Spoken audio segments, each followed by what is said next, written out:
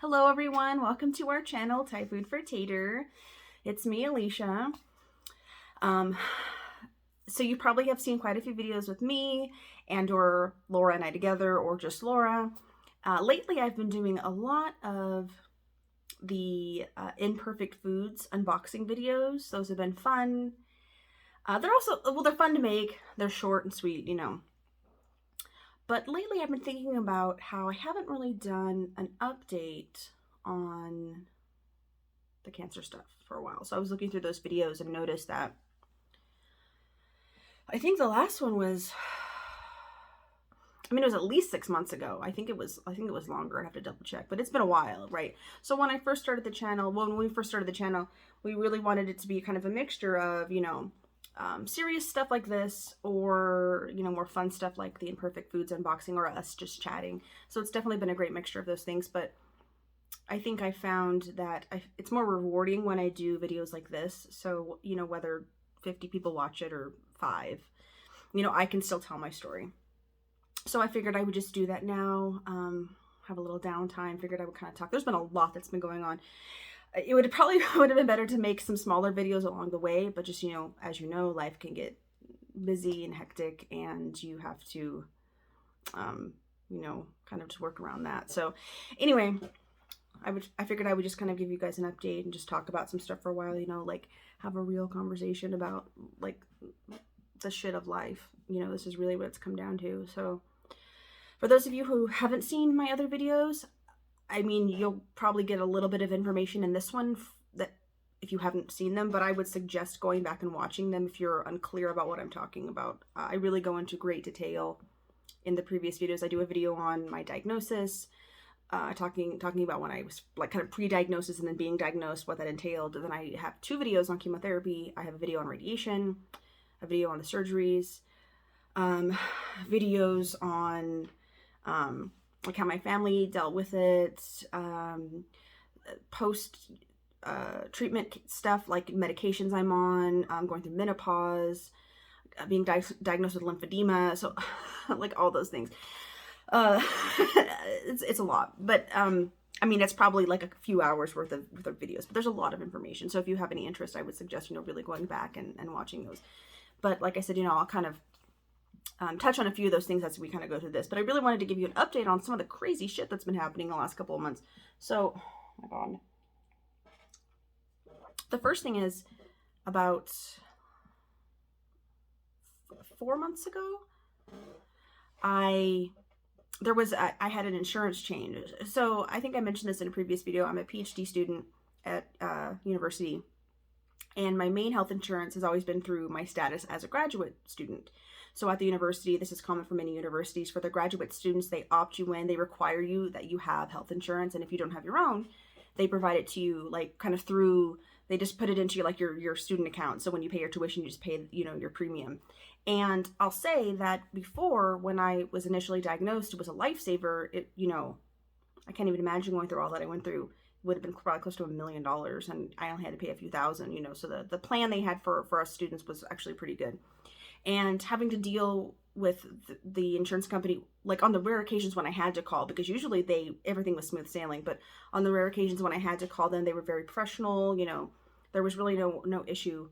In fact, for like 3 years, there was only one time when they denied a claim, and I called them and appealed it, and it was like super simple. So in terms of like what other people have to deal with, mine was pretty easy in terms of like that initial diagnosis and going through all that treatment, as it should be when you're a cancer patient. Hopefully it's not difficult, and unfortunately for so many people it can be, but for me it was not. However, so I've had that same insurance.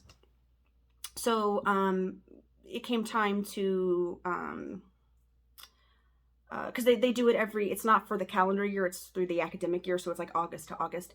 And because I'm only going part-time, because I'm like finishing up my PhD, I'm only doing part-time units right now, they don't add it to your account. You have to like pay it every semester, but I know that. So my tuition gets paid automatically through like some of the grants I have, but I have to go in and like pay my health insurance that's through my status as a graduate student. So I go in to pay it in August, and I was like, they changed the insurance company, like through like the portal they give us as students. It's like, this is the one we're using. And like this, the university, there's like a bidding process, and they try to find the best option for the students in terms of like, what is the premium cost? What is the out of pocket? What are they covering? All that.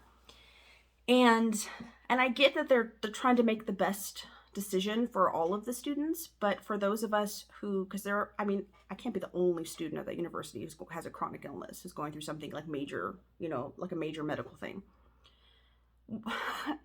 And they don't tell us any of this, Now, mind you, there might have been an email at some point that I deleted saying that they were switching, but I don't recall that. And usually, like, we get a lot of emails from the school, but usually when it has anything to do with like the insurance, I'm usually like reading it. I read it and stuff. So anyway, so I'm like, okay, we're getting a new insurance. They probably just, we had, one insurance company before, now we have another one. And so I was like, okay, they're both of them, I don't know if I'm allowed to say their names, but they both are like top notch, like, national, like you would recognize the names of these companies. They're not like some rinky-dink company you've never heard of. So I was like, okay, cool. That's probably a good sign. So I, like a week or two later, go in to have an appointment with my oncologist, who, mind you, I've been seeing for like over a year. I had switched oncologist after my initial treatment. That one I had for like 3 years, and then I had a new one the last year or so. I go to make an appointment, and I forget exactly what happened, but I called to update them on my new insurance. I was like, hey, just so you guys know, I know I have an appointment like next week. I need to give you, I'm going to, just ahead of time, I want to give you guys my new insurance because I just got it, and I have a new, like, it's a new company, and I have a new policy number, blah, blah, blah. I was trying to get it, I was trying to be responsible, get like ahead of it, instead of showing up to my appointment with it. And they're like, oh, we don't take that insurance. And I could not believe it. And I think I mentioned this in a previous video, like I was going to Optum Care. And I have like no issue with Optum Care. They've always been excellent. The staff, like the nurses, have always been just amazing, incredible. Every oncologist that I've dealt with, in terms, either whether it was like a surgeon or a breast cancer specialist, whatever, like every employee I've ever dealt with through Optum has been just exceptional. So no issue there. But I was obviously a little frustrated. Like, I know it's not like they're individuals who work there. I know it's not their issue. They didn't decide, which insurance companies they take and which ones they don't. That's obviously at a much higher level. But I was very frustrated. I was like, that's weird. Like Optum Care, this like, very well-known cancer treatment facility, multiple locations around the country, doesn't take this really popular insurance. I didn't know. I was like, well, either way, I don't know the ins and outs of it, but I got to figure something out. So luckily, we have a really great insurance coordinator at the school who she and I've gotten to know each other very well over the last 4 years. When I call her, she's like, hi, Alicia. Like, she must have me in programmed in at this point, or she recognizes like my phone number or something, because I call her at least once a week, and she's always just so amazing. Always like my, I know it's her job to like be our advocate, but I feel like she always goes above and beyond. She's always so helpful, and when I'm frustrated, she eases my mind, and when I need help with something, with paperwork or something, she's always right there to help me every time. And so I called her and I was like, look, this is what's going on. I've been seeing the same oncologist for like a while. I've been with this company, Optum Care, for like 4 years. And now the new insurance that we have through the school is not, I can't do this. I need to figure something out, because I'm supposed to get a shot in like 10 days. And I think I mentioned this when I was talking about I did a whole video on like the medications and stuff, that I get a monthly shot. I also take a daily medication, daily pill, and a monthly shot. They're both estrogen blockers. That's because my cancer was estrogen positive. And so staying on that medication decreases my chances of the cancer coming back, or if it did come back, decreases the chances that it has something to feed on. It drops from about, for my type and my age and all that stuff, it was about, if I was on no medication, my chances of it coming back in the first 5 years would be about 30 to 35%, like a huge amount. Versus on the medication, it drops down to about 11 or 12%. So obviously I want to stay on these medications. And I know that missing it by like a week or two wasn't going to really change it, but I was like, I need to get on this now, because now I have to like find a new oncologist, schedule a new patient appointment, schedule the shot, get all of that approved through this new insurance company. As you can imagine, it was a shit show. So it was just one thing after another. Like, first, I couldn't just call an oncology location. I had to like, I don't have a primary care, because my oncologist has essentially been my primary care for like the last 4 years, because everything that's wrong with me is related to my cancer. The 1 or 2 times I've had to see a doctor, I just go to the student health center. So I'm like, does that count? So I talked to our insurance coordinator, and she's like, yeah, she's like, come into the student health center. That's your primary care. they can refer you out to a new oncologist. I was like, perfect. So, but it took a while to get that appointment. So I finally get in, and then they were great there. They're like, we're going to give you referrals to 2 locations, and basically which everyone can get you in first for like a new patient appointment. I was like, that's a really good plan. Thank you.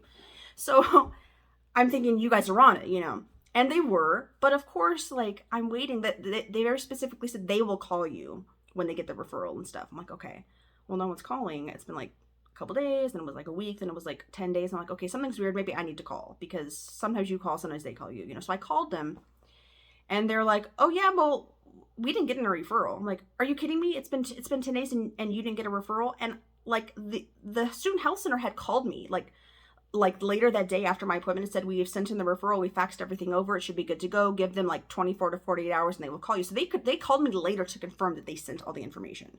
And they've done that multiple times before, and it's never been a problem. So I'm telling this place, both of these places didn't get the referral. I'm like, wait, this is strange. Not just one of you, or maybe there was a weird snafu, but like both of you didn't get it. This seems strange. So I'm like, maybe it was the health center. So I called them back, and they're like, well, we can send it again, but we definitely sent it. I'm like, I believe you. So they sent it again, and then I called the other place back like 2 days later. I'm like, did you get it this time? They're like, well, we got it this time, but we can't schedule you an appointment. I'm like, oh my God, why? They're like, well, we need to get your patient documents, and they still haven't sent those over. I'm like, are you fucking kidding me? Like, can I just get a fucking appointment? And I was crying on the phone, because mind you, I'm like really condensing this process. It was so many phone calls and so many different people, and some of them helpful and some of them rude, and it was just like, kind of just get like in my mind, like, I know I don't have cancer anymore, but I always think like, I have cancer, can you just, I don't know, get me a fucking appointment? You know what I mean? It's just like, ugh. So anyway, you know, the one of the locations finally, like, they called me back first, and they like, we can schedule you. I'm like, okay, cool. And so they schedule me, and they're like, we can't get you in for like a month. I'm like, oh my God. I'm like, and I told the woman on the phone, who was very sweet, I was like, look, I get that it's like the next available appointment. I know you can't really help that, but I'm like, I really need to get this shot. At this point, now it's been like 6 weeks, and now it's going to be another month. So it's going to put me at over 2 months, you know, and I'm like, okay, a few weeks or maybe even a month I could have done, but like now we're getting into the point where this is definitely starting to increase my chances of this cancer coming back. And it's only going to get worse over time.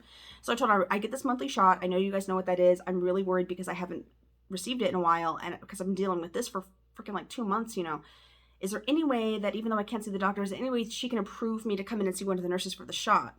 And she was like, unfortunately, we can't do that. You know, she has to see you. I'm like, oh, I totally get it. Okay, so I finally meet this doctor. And I will say that after all of this, literally like, I can't even tell you, 12, 13 different phone calls to different people trying to get this shit sorted out. And it's just like, can you call this person? Can you call you? Because I'm the middle person, and I'm just the patient, you know, oh my God. And so I finally meet this doctor who is incredible. I love her so much. I feel like maybe this was a blessing in disguise. Like, all the shit I had to go through the last 2 months was to meet this great new doctor. And I had this new patient appointment. I'm not joking. We probably sat and talked for an hour. I felt like she was there to talk to me, to get to know me, to learn. She asked all of my medical history, even though she had it all in front of her. She asked every detail about what happened. She asked, you know, about how I was dealing with stuff emotionally during all that process. She asked about my life now and how it's affecting. So we just had this great conversation, and I felt like she got to know me as a person. She got to know me medically very, like, in great detail. And so, like, that was great. And then she scheduled me for the shot. She's like, you know, we're going to schedule you in like 3 days for it. That'll take us a day or two to get the pre-authorization from the insurance, but we'll schedule you. I'm like, perfect. She's like, so unless they call you, just assume this appointment's still good. If they call you, they might need it extended by like a day, but we can probably get you in the next like 3 to 4 days. So I'm like, cool. So no one calls me to tell me this appointment is no longer a go. So I show up to my appointment, and they're like, you're not supposed to be seen for another month. I'm like, no, I haven't. I'm getting a shot today. They're like, oh, we still haven't heard back from the insurance. And I was like, why did no one call me? Like, I had an 8 a.m. appointment. I get up early anyway, but like, you know what I mean? I got up, I like put eyebrows on. I went down to the doctor's office, you know, 10 minutes early to, you know, the whole thing. I'm like, okay, it would be nice someone to call me. And I didn't say that. I was thinking that. She's like, I'm really sorry no one called you. That's so strange. You know, I really apologize. I'm like, no, it's fine. It wasn't that far from my house, but so she's like, well, you know, hopefully they'll call you back in the next day or two. We can get this authorized. It took them 2 weeks because the fucking insurance. So this is the thing, is this new insurance we have, which I said I'm not going to say the name of this company because I don't want to get in trouble. it's been a shit show. And it's just like, oh my God. And and as a side note to all this, so this new insurance that I have as a graduate student, through this major insurance company, I'm also an employee at UNLV. I've been an employee, aside from my graduate student status. I'm not, like, when I first started at university, I was what's called like a graduate assistant. Like, I had a teaching job under my position as a graduate student. But then eventually, like, I was able to kind of work my way out of that, and I now have like unassociated with my student status. I just have a job because I have a master's degree. They're like, we're going to employ you because you have the qualifications. Anyway, the only reason that matters is because, well, I get paid more, better benefits, and I get a secondary insurance. So I was like, cool. Like, I had opted out last year just because I didn't want to deal with the headache. And I was like, this year, I'm just going to do it because it was a really reasonable price. I'm like, it can't hurt to have secondary insurance. And then I was like, oh, this is really cool because it's through the same company. So it's going to be even less of a headache. I will tell you, I was so wrong on this. It was more of a headache because they were like, wait a minute, you have two policies through us? What do you mean? Oh my God. Yes, one is, you see it says student health insurance on the fucking card. I'm a student. I'm also an employee. I'm a student on this campus. I'm an employee on this campus. Like, this is not the first time this has happened. Like, I know for sure. I know people who, oh my God.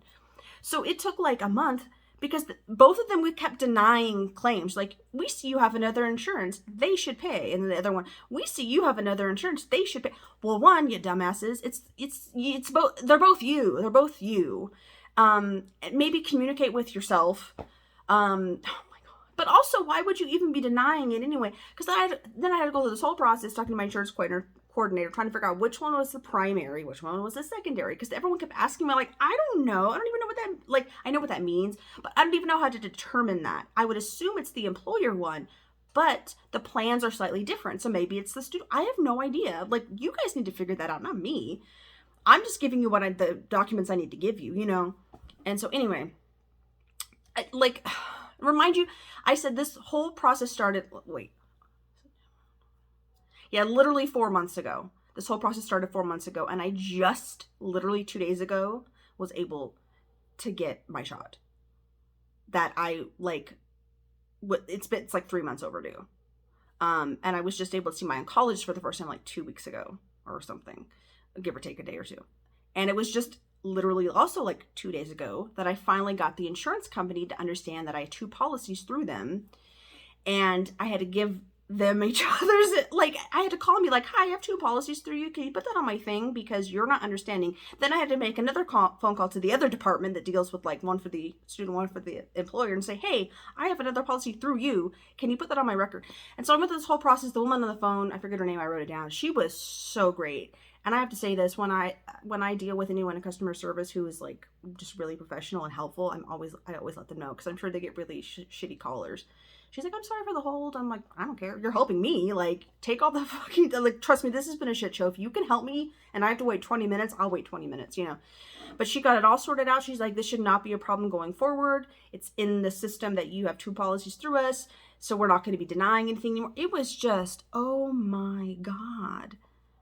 And like I said, it's been just maybe like a week shy of 4 months, and this stuff's finally getting resolved. And so, like, I just was thinking, luckily, I'm through the major part of my treatment, because can you imagine if I were going through chemo and dealing with this? I wouldn't have been able to do it. I would have needed like a fucking personal assistant. It's insane. It's insane. The healthcare system is set up like this. And I know I'm not the first person to complain about this. Believe me, like, I know this, but like, I'll just add my voice to this. It's just ridiculous. The bureaucracy behind all this and the paperwork and the bullshit, and no one, like, I literally had two policies with the same company, and it took them 4 months to figure this out. Even, it's not like I waited 4 months to call someone and tell, like, I probably made at least 6 phone calls during the whole time, like, to let them know. And finally it was this last one where she was on the phone with me, and she went through the process with me on the phone and set it up, and even gave me like a confirmation number and put the notes in the file. Like, the other people didn't do that. They're like, oh, we'll put it in, have a good day. And I was thinking, okay, cool, like, they'll do it. That's what they said. But apparently that did not happen. So it wasn't like I was just waiting, Oh my God.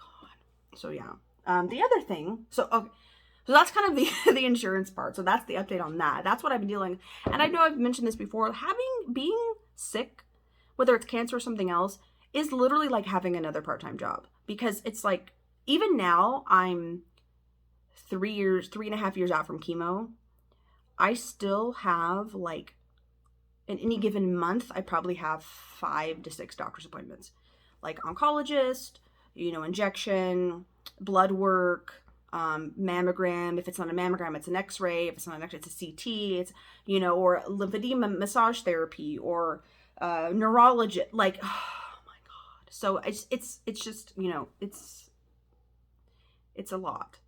And I'm driving myself all around town. So it's not even just like, oh, I have a 20-minute appointment. It's like, okay, I got to drive 45 minutes across town. And then after that, I have to go teach, which is another 45 minutes in the other direction. So then that's like an hour and a half of like drive time that I wasn't counting on. And then there's the appointment, which is never 20 minutes. It's like 45 minutes because you got to wait, and you know what I mean? It's like half your day for like a simple thing. And imagine if it's a more complex thing, then it's like the whole day, and with some of these appointments, I'm like exhausted afterwards. So I'm like, well, I got to take the rest of the day off or I'm not going to pass out. My God. So, so kind of leading into like some of the appointments that I've had. So an update on some of that. So I mentioned this in a previous video that I have had severe nerve damage in my throughout my body, but mostly my legs from the chemo. And for like the first year after that, I was in physical therapy to try to help. I saw like multiple neurologists. They just kept saying they couldn't find anything, which is like kind of good news. Like there was no dead nerve or something. They're like, the nerves are functioning properly. You're just in pain. It must be the chemo. Yeah, well, no shit. I know it's the chemo, but because it's the chemo, there's nothing they can really do. It's just damage. And so, inflammation or whatever, causing compression and so, finally though, the last like 2 months, I have been able to see a few new specialists and I've actually got some relief. So one is I started seeing a new podiatrist and I let him know my whole history. I'm like, this is not necessarily just a foot problem. It's a foot problem caused by cancer. And I've had problems with my feet and my legs in the past, and the chemotherapy just aggravated everything. And so I kind of let him know I'm also seeing this kind of specialist and this kind of specialist, but I'm coming to you because I think you might be able to help me, And the podiatrist I'm seeing is excellent. And they have like you like walk into the back and they're like, stand on this machine, boom, boom, x-ray right there. Okay, go sit down. Like, I'm like, oh my God, that was pretty cool.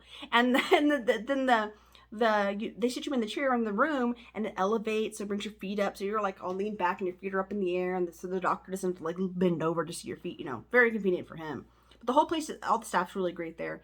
And, we went over a couple of options and he was like, we can start with some injections, some like steroid injections, which I will tell you. So I had an injection, a steroid injection directly into my nerve. It hurt. I thought it would hurt worse than the other one. So that directly into the nerve hurt quite a bit. And he was like, you're going to feel some like weird, probably numbness throughout the day. From the ankle down, my whole foot, I could not feel my foot, which means it didn't hurt, but I couldn't walk for like 12 hours. So that was a whole event at the house, trying to like walk I couldn't feel my foot. It felt like my foot was like a balloon, it was just the weirdest feeling. And that gave me relief from the pain for about 4 or 5 days. So not great, but not horrible. So I went in and saw him like a month later and he was like, well, we can try injecting directly into the fascia. Even though it's a nerve problem, there is some inflammation pretty much everywhere in your foot. So we can just try different locations. I was like, sure. He's like, well, the fascia is going to actually hurt more. And I was like, oh my God, like the one directly into the nerve really hurt. I thought that would be the worst. He was like, no, this one's going to be worse. I'm like, oh God. And I will tell you, I cried out and then I laughed because I just was like, oh, it's only going to be about 20-30 seconds of pain, but you're just like, oh my God, that fucking hurt. Like, and I was crying, like it hurt. I will tell you, it hurt. It hurt a lot. And I've been through some really painful things. That's easily like top 10 for sure. It was very painful. Luckily, it was very short-lived, about 30 seconds tops, And that one that was about 8 weeks ago, and the pain just started coming back. Now, I have pain throughout my feet, but this one specific type of pain that I was having in one location. So we're kind of doing this like experiment, looking at different locations and doing injections and seeing if we can get some relief. Where can we get more or less? And so I will say for this one particular area of my one foot, I've had extended relief. So now, even though the injection's really horrible, at least I know it works for an extended period of time. So that's one good thing that's happened out of this, What else? Oh, I started going to see a pain management um, physician, which has been great. He's great. The whole staff, I've had very few, with exception. I know when I had that surgery, I told you guys about the horrible nurse that I had, but everyone else I've had throughout this entire process has just been excellent. And so at the pain management place, they started me on pregabalin or Lyrica. And I told him, I was like, well, because I can't take gabapentin. I took it a few years back for when I first had problems with my feet, like 10 years ago, that I had a doctor put me on gabapentin. I had a horrible reaction to it. And so when they ask if I'm allergic to medications, I'm like, well, I'm not allergic to it, but I have a horrible, I just can't, I can't take it. And so he was like, well, this is, pregabalin and gabapentin are like in the same family, but people often react differently. And I was like, well, it can't hurt to try. He's like, we'll put you on the lowest dose, and if you start to have any side effects, we'll just take you off. He's like, but I know that a lot of my patients, especially those with nerve pain, really report, substantial relief from this. I'm like, well, it can't hurt to try. So I've been on that for about 2 months, and I've noticed that my pain, the really bad pain that I have, like in my body, especially in my limbs, from the chemo, three years out, instead of like 4 or 5 days of really bad pain in a week, it's more like 2 or 3, which is still horrible, but it's better, like noticeably better. And I've noticed that even when I have pain, and I'm like, okay, this is like a 4 today, which for many people would be like enough to keep them home, 4 or 5. But if for me, I'm like, oh, cool, it's only a 5 today, I can like function, I can take maybe ibuprofen, bring it from like a 5 to a 4, and then I can handle that a little better, versus having to be on opioids, which I still have a prescription for, and I do take them on occasion, but only on those really horrible days. And I'd like to not be able to take them at all because they really fuck my stomach up. So having multiple options now and going over this like game plan with this new physician has been excellent. Like, okay, we're going to try to decrease the amount of opioids because obviously your organs, try to, hopefully this Lyrica works, also try XYZ. So that whole process has been excellent as well.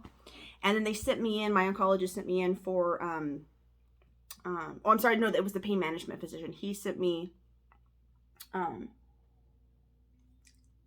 to see a neurologist again to do what's called, oh man, I want to say EMG, but it's basically, if you've had one, they like hook up these electrodes to you and then they zap you, and they're like, this will be uncomfortable, which is code for it's probably going to hurt.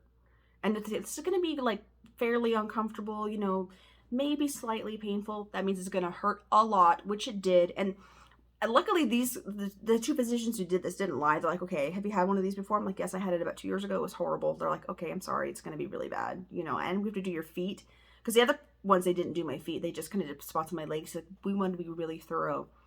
So the ones on the feet can be exceptionally painful. I'm like, oh God. He's like, at any point you want to stop, we can stop. But I dealt with it, and I just came out of that like 45-minute shock therapy with like just tears, but I was hoping to get answers. And basically at the end of it, he's like, well, good news and bad news. Good news is your nerves are healthy. They're doing everything they should. He's like, I know that's kind of frustrating for you because you want an answer. He's like, but it's good that there's no we know now it's probably just, some kind of inflammation or something caused by the chemo. It's not like you have like a dead nerve or, so it's like, okay, good news in that end, but it's like, doesn't solve my problems. He's like, he said something like, in terms of nerves, only about 5%, when you have pain, that can only really explain about 5% of what goes on with nerves, which like, obviously I kind of know, like, I'm not a medical professional, but I do have some background in some of this, so I'm not like completely unfamiliar with how anatomy and physiology works. So I'm like, okay, I understand that. But when you're the patient, you're like, I don't care about any of that. Like, throw out the textbook, like, help me, So that's how it was. But so that kind of helped at least us go forward with, okay, we can rule out any major issue. So it's definitely the chemo, probably some inflammation. We're going to try some of this. So like in general, it's been a positively leaning process, throughout the last couple of months. But I mean, injection after like, I'm exhausted. Oh, and then, the pain or the Lyrica does make me tired, a little bit, not too bad, but I'm still on those estrogen blockers, which, as I've mentioned in previous videos, making me that I've mentioned in previous videos make me horribly exhausted. So I'm just, some days I'm like 6 o'clock, time for bed, especially with the time change, it's crazy. But, I'm trying to like work. I have so many jobs. I mean, well, I want to like, live a comfortable life, but also I have all these medical bills still that I keep up on, but I don't ever really get behind. Maybe, on the rare occasion, maybe I got to make 2 payments on one of them or something, but I'm always trying to not have to do that. So I have 2 jobs in academia, 2 completely separate jobs, in academia. And then I also I have another side job I do every once in a while. That brings in like a gig work job that brings in some extra money on occasion, usually like during summer or stuff, but I still do it throughout the semester. And then I'm also kind of doing this other like part-time office job. So and then I also, I take that back. I have 3 jobs in academia because I got a 3rd job in academia. It's really part-time. It's about 4 hours a week, but it's like a time commitment. So I'm literally have at any given point 4 to 5 jobs just so I can like pay my bills, never have to worry about buying groceries at the grocery store, buy the occasional nice thing when I want, and pay my medical bills. Like, this is where I'm at. And so I'm like trying to process through my PhD, and I'm at the very last stage. And it's just, and then of course having a medical issue is another whole job. So it's just insane. So on the rare days where I'm like, wow, oh my God, I don't have anything to do. Like, nothing that's due tomorrow. Like, I don't have to grade any papers. I don't have to answer any emails. I don't have to go fill out any forms. I can just watch a movie on Netflix. I can just, you know what I mean? It's crazy. And of course, for those of you, like, if you're in academia, like, downtime is like guilt time, but I got over that a long time ago. I'm like, I can feel guilty. Like, I'm literally recovering from cancer. If I'm going to take one afternoon off for like 3 hours to like watch a movie and make a sandwich, like, but it's just like trying to pick and choose like what I want to do when I do have the energy for it, pushing myself. And on rare times when I actually have energy, like today is a good day. I worked a little, ran a couple of errands, didn't actually feel like complete shit when I got home, enough to where I had a little food for dinner, and now I'm making a video because I've been wanting to do this video for the last month, but I just have had no energy. So I'm taking advantage of that. It's not too late. It's probably like 7:30. I'll probably go to bed or like 8, so I'll still get rest because I'm still sleeping like, if something doesn't wake me up, I'm still sleeping 10, 11 hours a night because of the medication. And when I get like 8 hours, I can still feel really, really tired. Every once in a while when I have to get something done or I have to get up early for an appointment, I only get like 6 hours. It's almost like I didn't sleep. Like, my body's just like, nope, it's not going to work. You need more, Oh, man. Oh, I was going to say, I think that's it, but there's one more thing. So when I saw the new oncologist, we talked about all of these things I've been diagnosed with in the last like year, like the lymphedema, the complex regional pain syndrome, the axillary web syndrome, all that stuff that was a problem from having the lymph nodes removed and the radiation and chemo, and no one could really, or surgery, no one could really give me a direct answer as to what was happening. But basically I've had pain. I have pain from like my elbow all into like my shoulder to like basically down the middle of my sternum, and then of course the whole breast. It's still 3.5 years out from like treatment. Exceptionally tender. Like, sometimes clothing hurts it. Definitely kind of any major pressure. It's just, even when my dogs are crawling on me, I'm like, oh my God, it's like a razor blade. It hurts so bad. And so I was talking to her about it. I'm like, look, a couple doctors said it was complex regional pain syndrome, which basically they said they don't really know. They're still kind of like, researchers are still trying to figure out exactly what the cause is. But basically she said, they know what happens to a lot of patients who have gone through surgery and radiation. Anyway, so this new oncologist was like, actually, I think you have more specifically what's called radiation recall. And she's like, it's kind of related, but I was like, okay, so I'm trusting her on this. And basically she's like, it's like there's still, where you've had radiation, everything's just still affected by that. It's just, inflamed and it just hasn't healed and may not heal. I'm like, oh my God. She's like, it's rare. I'm like, well, so of course I got that side effect, you know, every fucking time they're like, oh, it's really rare for that. Like, it'll happen. Like, I wish, like, it's kind of, there are those people who like, oh, I'm really special. This rare thing happened to me. Like, I don't want to be that person. I really don't, especially when it comes to this bullshit, this painful bullshit. Like, I don't want to be the rare exception to like, oh, that only happens 1 in 1,000,000 or 1 in 100. Like, it's going to be me every fucking time. You know, the long-term chemo damage happens to people, but it's not more common than not. You know, radiation recall, complex regional pain syndrome, lymphedema, like all this bullshit, happens to cancer patients, but it's not the most common thing. So of course it was going to happen to me, And I even mentioned this in a previous video when I had this surgery, that I came out of my first surgery in excruciating pain, because little did anyone on my medical team or myself, little did any of us know that my body somehow doesn't know how to metabolize, or metabolizes too well or something, morphine and Dilaudid.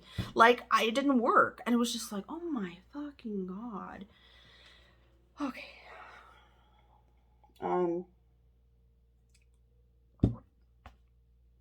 I think that's going to be it. This is a perfect time, 35 minutes. Stop the video. Thank you for coming to our channel. Please like and subscribe.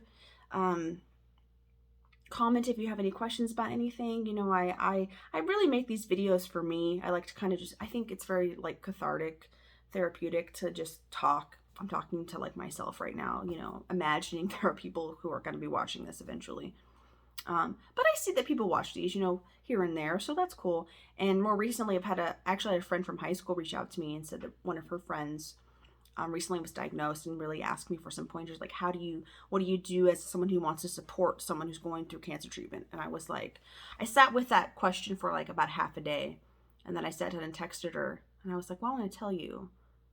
And I started texting, and I literally just texted and texted. And I had like points like 1 through 12. I'm like, do this, don't do this, but do it this way, do this, She was like, oh my God, this was so helpful and specific. And I was like, well, I wish someone would have had this list, for me. And then I gave her a link to my videos. And I'm like, and let them know they can watch these videos, because I also wish I would have had, I'm sure there are other people making videos like this, but I didn't really think about that at the time, nor did I have, like, I don't know, like the wherewithal to like Google it, or look it up, because I was just like, I'm dying, So if someone was like, hey, here's a video of this chick who just went through this like last year, I'd have been like, oh, okay, let me see, So I don't know. I'm hoping it's for me, but it's also for other people, Anyway, I'll see you guys in the next one.